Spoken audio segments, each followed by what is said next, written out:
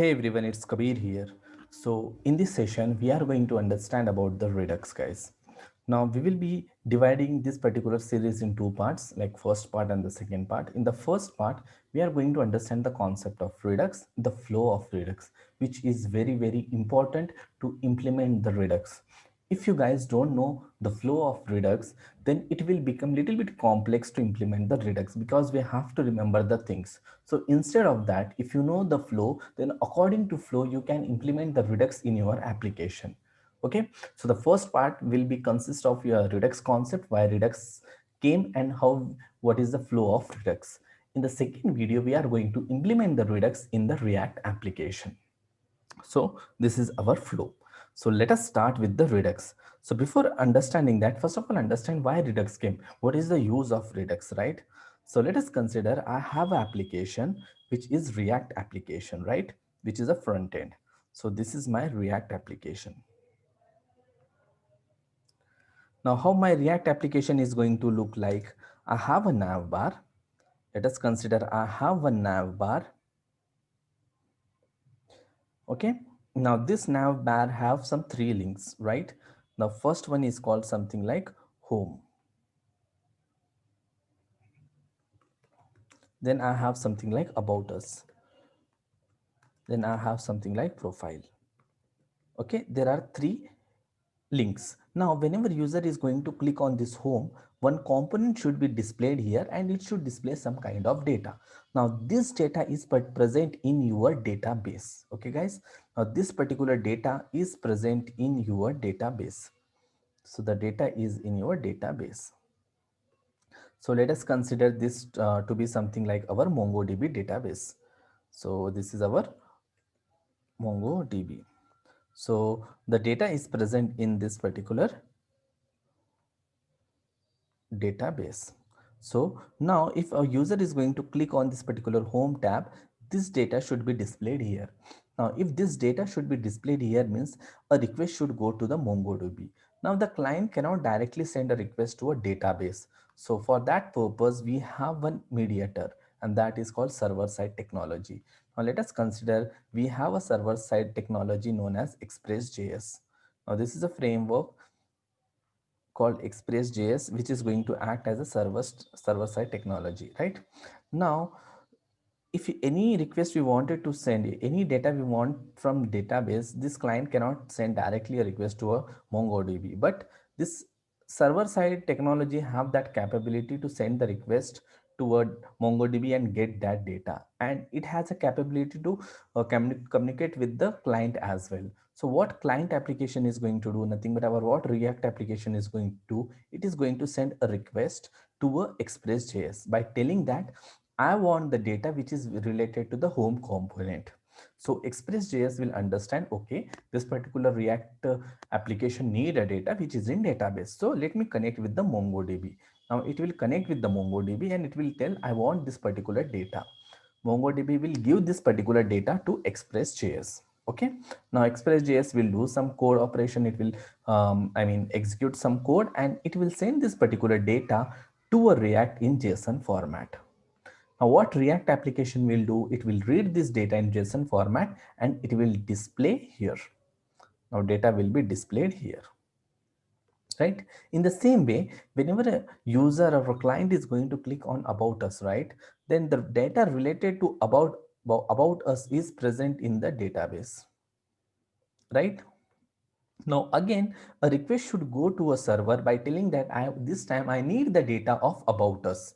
So Express.js will again connect to your MongoDB and it will tell my client required the data which is related to the about us. Please give me that data. Now MongoDB will give that data to Express. Now Express will take that data, it will perform some operations and it will return that data back to client in JSON format. Now what client will do, it will just take that particular data and display here, right? And in the same flow will goes with the profile. Now the problem is unnecessarily you are sending the three requests to the server. Now sometimes sending a request to a server and getting some data from the server is little bit risky, right? There might be chances of some network failures where your application is going to fail. Now main issue is like your performance will be slow of your applications because you have to send a request, get the data, you have to wait for some time, right? Now sometimes what happens, your client application is very good, it is working properly, there might be some problem with express.js or server side technology, then again your application is going to crash. Or sometimes there might be a problem with your database, again your application is going to crash. Or sometimes there might be some problem with the networks, right? Or there might be a chance of little security concerns, right? Because your data is coming from network, so there might be chances of security.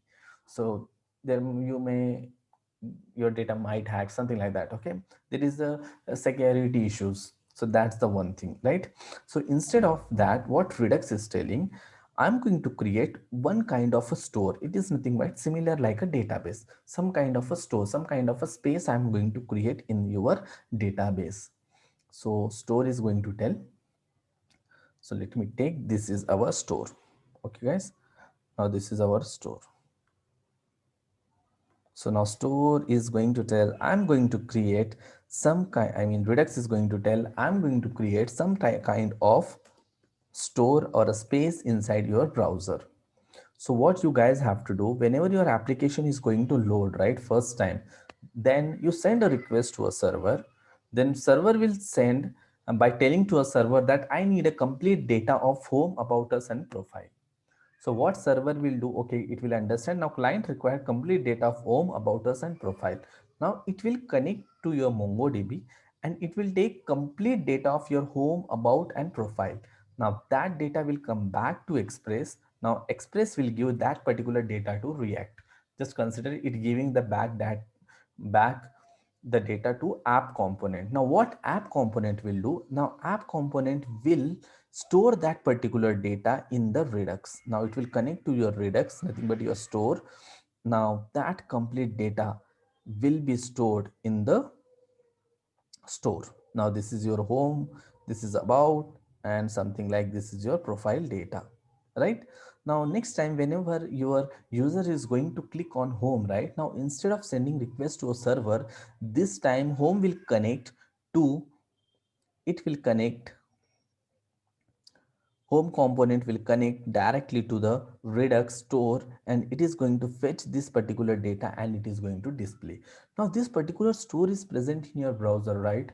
And your application is also in your browser. So taking the data from browser is very, very, very fast compared to the sending a request to a server and taking the data from database, right? And now the data present in your particular store, so there might be less chances of hacking your data, or security is more compared to unnecessarily sending the request 2 or 3 times to a server. That's the one issue, right? Now, that this is are the two major benefits that you get from the Redux. Now next time if you do something in a home, and that should be updated in the profile, right? Now profile component, this about component and the home component all will be connected to store. So any operation you have performed in home component and that changes has reflected in the store, then automatically that changes will be reflected in the profile. Means for example, I have something like here name, right? The name Kabir. Now whenever I enter Kabir and click on some button, that Kabir should be displayed in the profile. Okay, now next time if I enter something like Sagi, then if I click on that button, then that Sagi should be reflected in the profile. Now what happens whenever you are going to type something like a Kabir and send a, I mean click on the button, that particular Kabir will be updated in the store. If that particular data is updated in the store and this profile component is connected to your store, so automatically this updated data will be reflected in the profile. So that is one of the that thing is called state management. Okay, now anything if you want to do some state management, then you will go for Redux, right? So what is state? State is like a container, it is like a store which will be private to your component, right? Now what you will do in state, you will store some kind of data and that data you will be displaying in the component. In the same way, your Redux is also called state management. Now it is going to manage your state. means it is going to manage your data. So whenever you do some action, some data should be displayed. If you do this action, this data should be displayed. If you do that action, that data should be displayed, right? That every manipulation you can do using the Redux, and it will be very fast. So this is the concept of simple Redux, right? It is simple store which is going to store some data here. Now your component will be connected to this particular Redux store because this will be in your browser. So now whenever any component need the data, instead of sending request to a server, this time this component will send the request, connect to the component, connect to the your Redux store, and it will fetch the data and it will display that particular data. So this is a complete flow of your Redux, right? Now, complete flow of your application. Now let us understand what is the flow of Redux means, how a component can store the data in Redux, how a component can take the data from Redux. This is called Redux flow. Now, this question will be asked in interview. Like they might be asking you, what is Redux? Now you are going to answer Redux is a state management tool or some library, right? Okay, fine. Now why we go for Redux? Then you can explain this scenario. Okay. Now what is the flow of a Redux? How a component will be storing some data in Redux? Can you explain the flow? Now this question might get arises, right? So we have to understand the flow of Redux. Now this is very important because you have to watch this particular flow till end so that this next video will be very easy. Means the implementation part of Redux in your application will be very, very easy. So now let us come, now let us understand a scenario. We have sent some request to a server and we took complete data, and that complete data came to the app component. Now from here I wanted to store in the Redux. So we will be seeing that flow. So let me come here. So let me do one thing. Let me select this thing.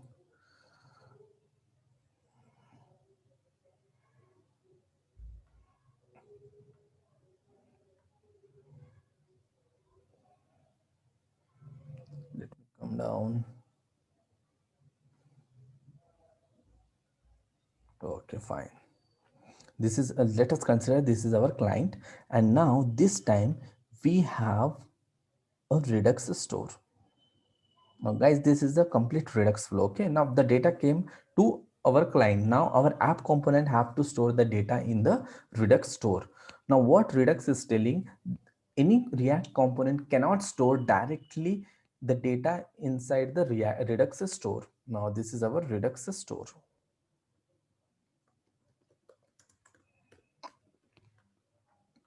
So Redux is saying any component of React cannot store the data directly in the Redux store. I'm not allowing any component to store the data in my store. That's what Redux is saying. But Redux is saying we have one solution. I have a function. Okay, this function will be registered with me. Means this function has to register with this particular store. Now this function will get a power to store the data in the Redux. So Redux is telling component, can you send that data to a this function, and this function will be registered with me. So this function have the power to store the data inside me. So if this particular function, it's a simple JavaScript function. If this function is registered with the store, then this function is going to get one name, and the name of that particular function will be reducer. Okay guys, so someone asks you what is reducer. Reducer is a simple JavaScript function which is registered with the store. So this particular function are known as reducers. Simple.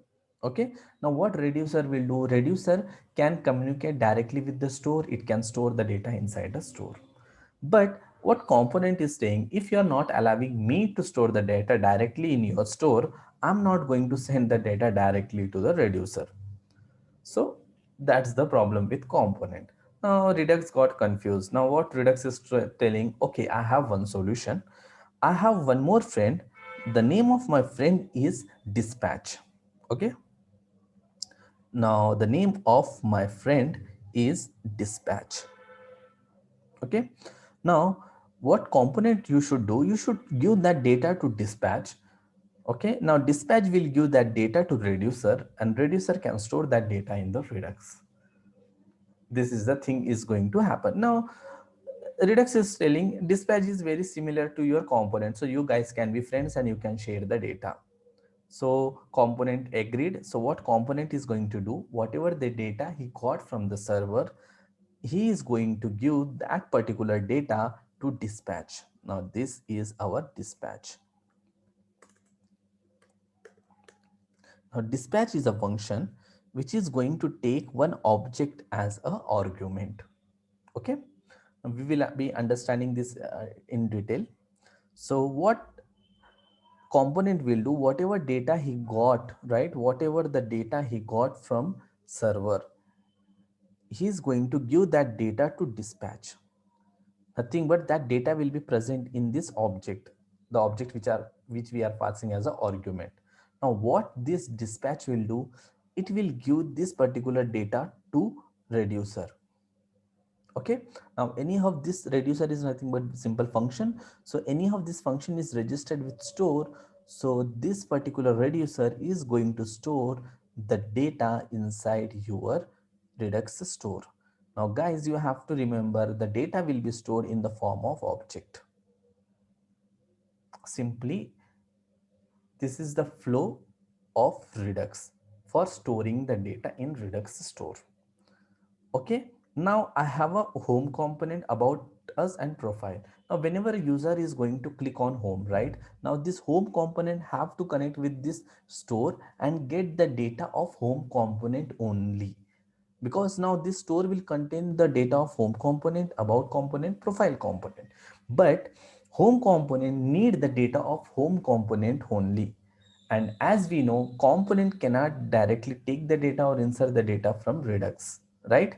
So this is the flow of inserting the data. Now we wanted to get the data from store, right? Now for that, Redux is telling I cannot get directly give the data to you. So instead of that, I have one friend, I have one library called React Redux.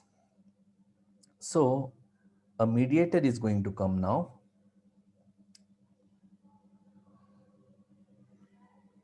The name of this library is React Redux.